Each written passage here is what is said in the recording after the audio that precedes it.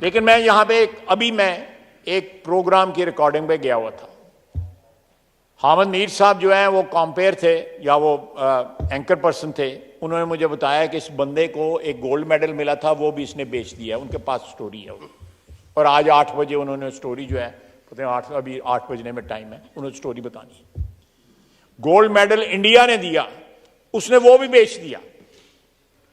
اب حساب لگائیں یہ کتنی بڑی بدقسمتی ہے. ہمیں اس کو بلیم نہیں کرنا چاہیے, اپنے گریبان کے اندر جھانکنا چاہیے. ہم لوگوں کو جو رولنگ اشرافیہ جو ہے, حکمران اشرافیہ کے افراد ہیں, جو ہم انڈیویجولز جو ہیں جو رولنگ اشرافیہ بناتے ہیں, کہ اس طرح کا شخص جو ہے وہ برسر اقتدار کس طرح ہے. یہ بات نہیں کہ توشہ خانے سے لوگوں نے پہلے تحفے نہیں لیے, پہلے بھی تحفے لیے ہیں, ہر حکومت میں لیے ہیں, ہماری حکومت میں بھی لیے, اس سے پہلی حکومتوں نے بھی ہے. پچھلے 50 60 70 سال کا پورا ریکارڈ ہے. لیکن تحفے بیچنے والا بندہ جو ہے نا, وہ یہ ہے کہ پہلے بیچتا تھا, پھر اس کے بعد جو ہے خزانے میں پیسے جمع کراتا تھا. جو تاریخیں ہیں بیچنے کی اور جمع کرانے کی, وہ بات ثابت کرتی ہیں.